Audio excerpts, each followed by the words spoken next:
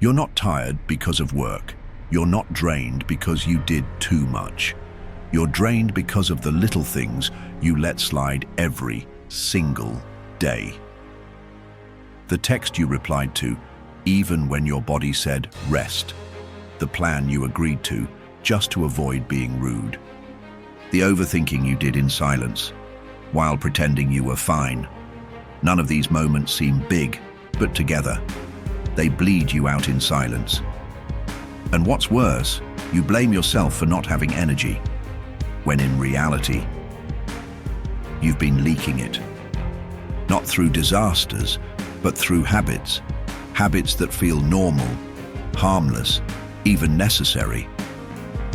But what if I told you, the real power isn't in doing more. It's in recognizing what to stop, what to release, what to no longer carry, because it was never yours. Stay with me, because in this video, you'll discover 12 hidden habits that silently drain your energy and how Stoic wisdom can help you reclaim every ounce of it without apology. This video isn't about motivation or productivity hacks, or waking up at 5 a.m. to force your life into shape. This is about energy, real energy, the kind that makes you feel clear, centered, capable. And if you don't have it right now, it's not because you're lazy or broken or not trying hard enough. It's because no one taught you to pay attention to the things that look small but cost you everything. Things like over-explaining, saying yes when you meant no, keeping tabs on who owes you, constant self-criticism, holding in every emotion, pretending you're fine when you're not. These are not bad habits.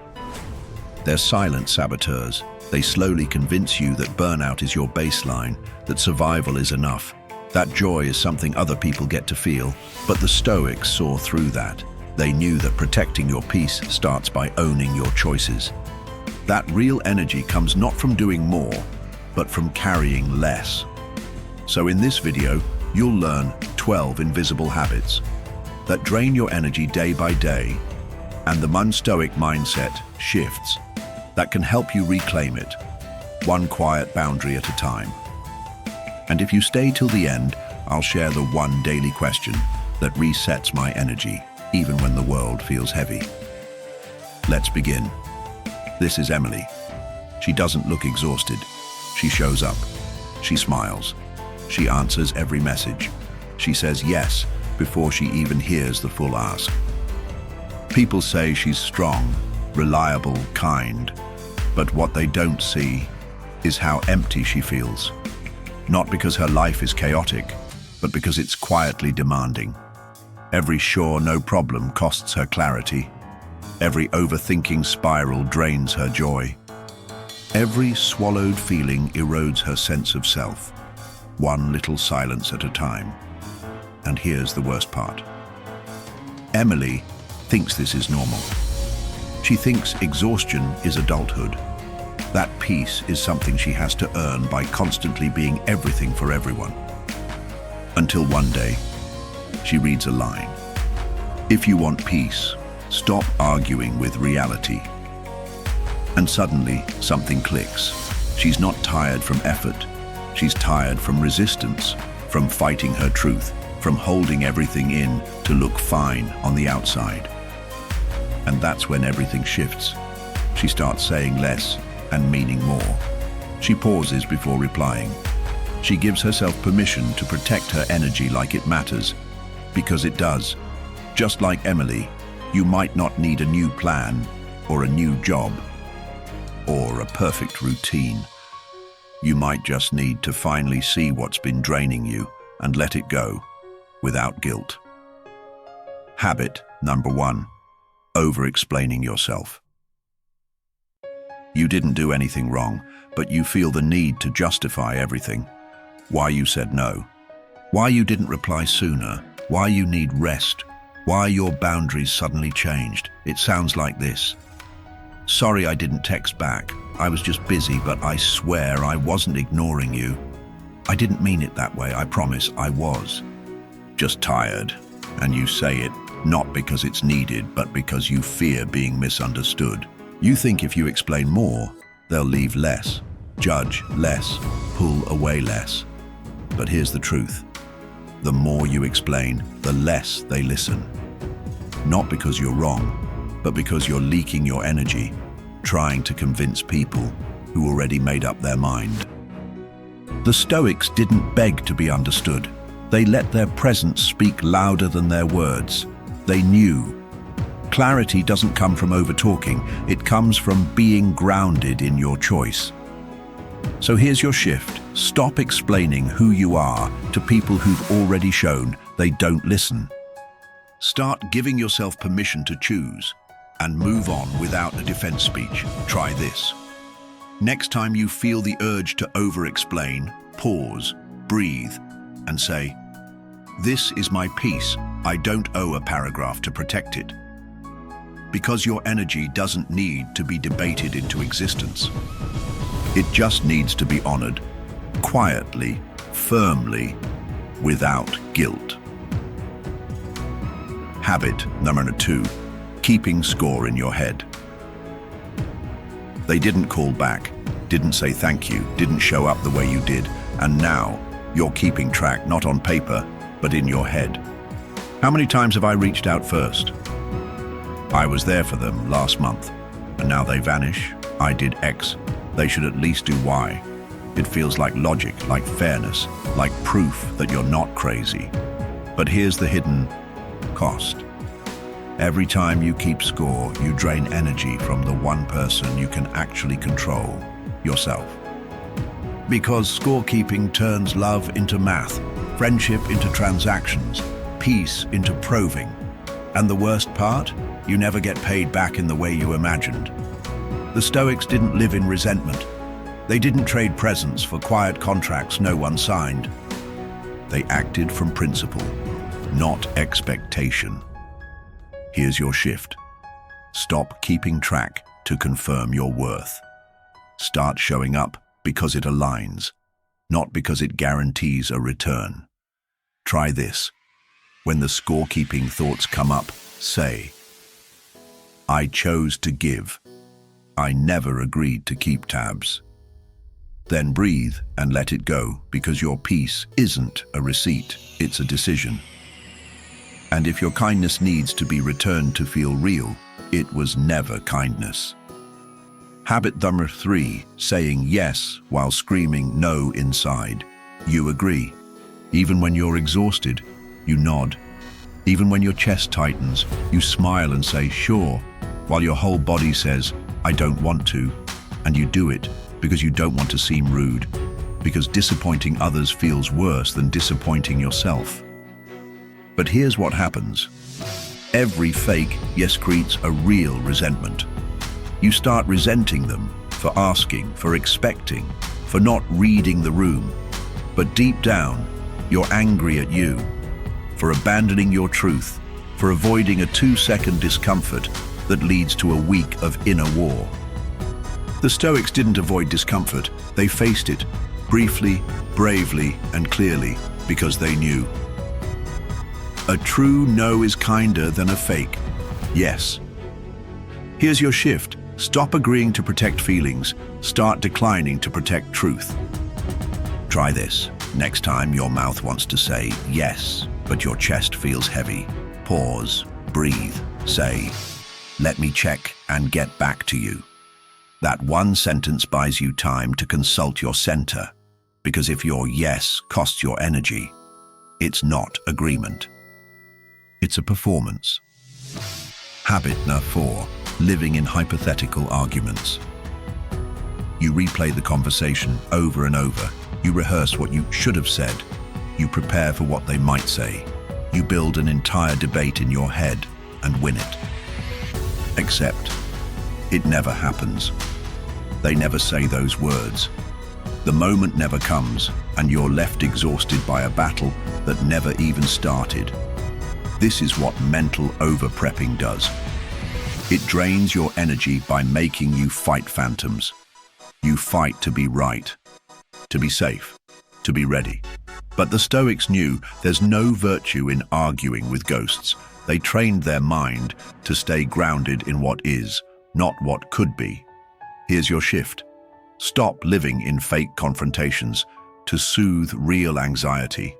Start coming back to what's actually happening right now. Try this. When your brain spins into a fantasy argument, pause, place a hand on your chest, and ask, is this real, or is this just my need to feel in control? Then, exhale. Drop the script. Come back to presence. Because most of your mental exhaustion comes from defending yourself in conversations that never happened. The strongest response is not always prepared words, it's inner stillness. Habit number 5, saying I'm fine when you're actually hurting. You say I'm fine, even when you're not, even when your chest is tight, even when your world feels like it's falling apart. And why? Because you don't want to burden anyone. Because vulnerability feels unsafe. Because being low maintenance has become your identity. But here's the hidden cost. Every time you hide your pain, you teach yourself that your truth is too heavy to be held.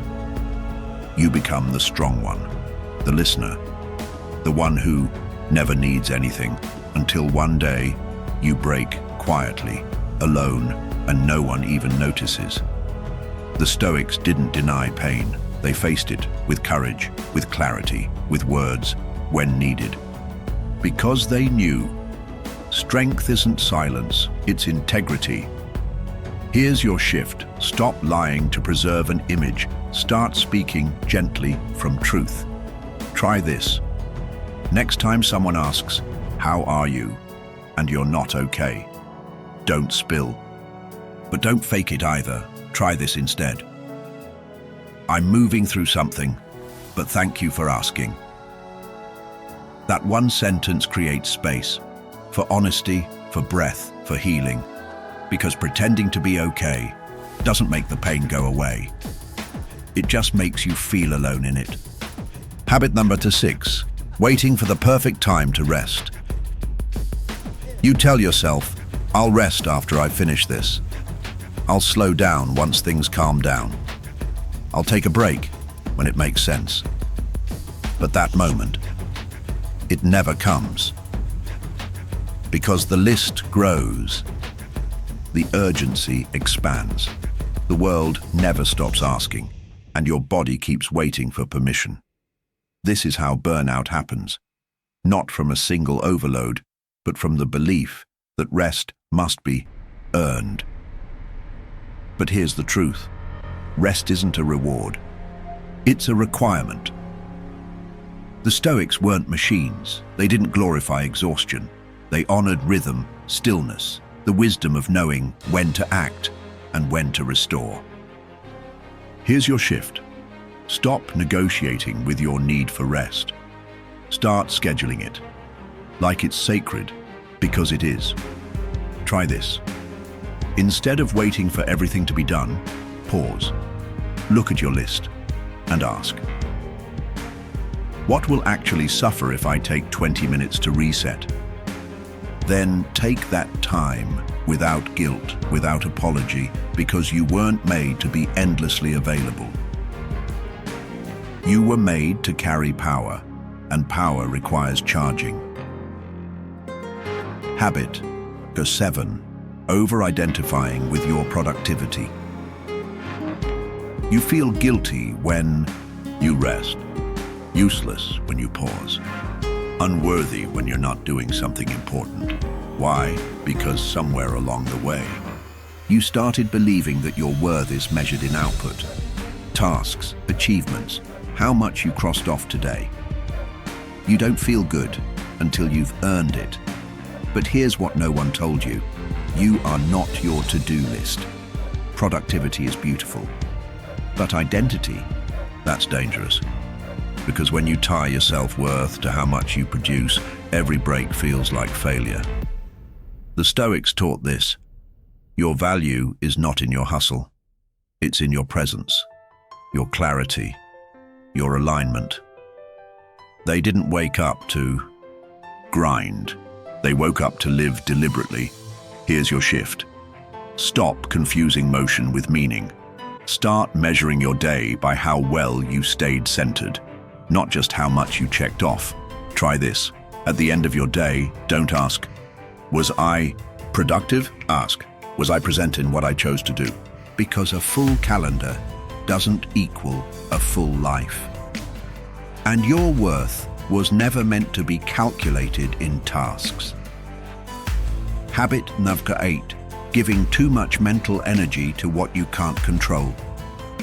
You replay what they said, worry what they're thinking, predict what they'll do, argue in your head with things you can't change, and hours go by, days, sometimes years, all because of one mental habit, trying to fix what isn't yours to carry. You try to make them understand, make life fair, make outcomes predictable. But here's the truth. The more you cling to what's outside you, the less power you have inside. The Stoics had one mantra: focus only on what you can control. Not because they were passive, but because they were protective of their peace. They knew your thoughts are a currency, spend them wisely. Here's your shift. Stop wasting energy on people, reactions, and outcomes that don't belong to you. Start redirecting your power toward what actually responds. Your choices, your actions, your focus. Try this. When you catch yourself spiraling about something external, ask, is this mine to control or mine to release? Then act accordingly, because mental freedom doesn't come from controlling more. It comes from carrying less. Habit number 9, seeking constant reassurance. Are you sure we're good? Did I mess up? Do you still like me? Is everything okay? You don't ask once, you ask again and again. And even when they say yes, you're not convinced. Because your peace doesn't come from within. It comes from them. From their tone, their text, their validation. And the moment it disappears, so does your calm. This is the hidden weight of reassurance. It feels like connection, but it's really dependence. And the more you seek it, the more you forget that you can anchor you. The Stoics didn't chase approval. They built inner clarity, so they didn't have to beg for outer confirmation. Here's your shift. Stop asking others to fix your insecurity. Start meeting it yourself. With breath, with presence, with stillness. Try this.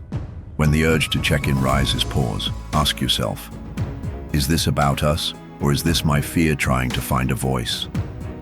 Then sit with it, comfort it, but don't outsource it, because reassurance is fleeting, but self-trust, that's a home no one can take from you. Habit the Fasten 10, holding on to conversations that already ended. You keep thinking about what you should have said, what they should have said, what would have happened if just one sentence had gone differently. But the conversation is over. The call ended. The message was read. The opportunity passed. And yet, you're still in it, mentally, emotionally, energetically. Why? Because part of you believes, if I can just rewrite it in my mind, maybe I can fix it. But here's the truth. Replaying a conversation won't change it. It just keeps you stuck in it. The Stoics knew this deeply. You can't control the past, only your relationship to it. They didn't ruminate, they reflected. Then they released. Here's your shift. Stop trying to solve what's already silent. Start choosing peace over imaginary closure. Try this. When your mind starts looping the same dialogue, pause, say gently, I've learned what I needed. I don't need to rehearse it again. Then exhale and move your body, even if it's just one step, because you don't need more words. You need more stillness.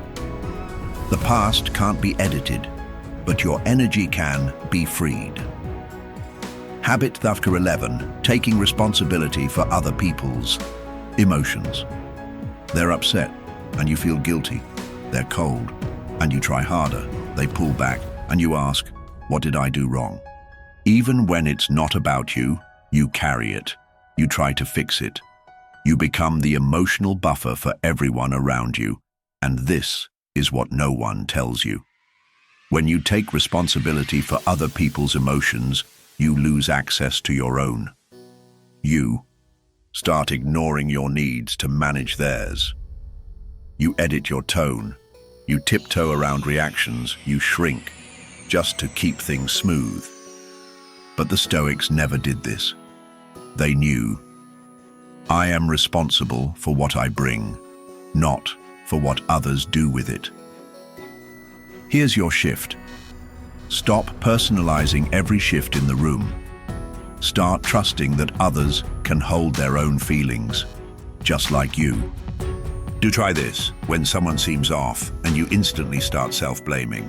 Pause, ask, did I cross a line, or am I just uncomfortable with their discomfort?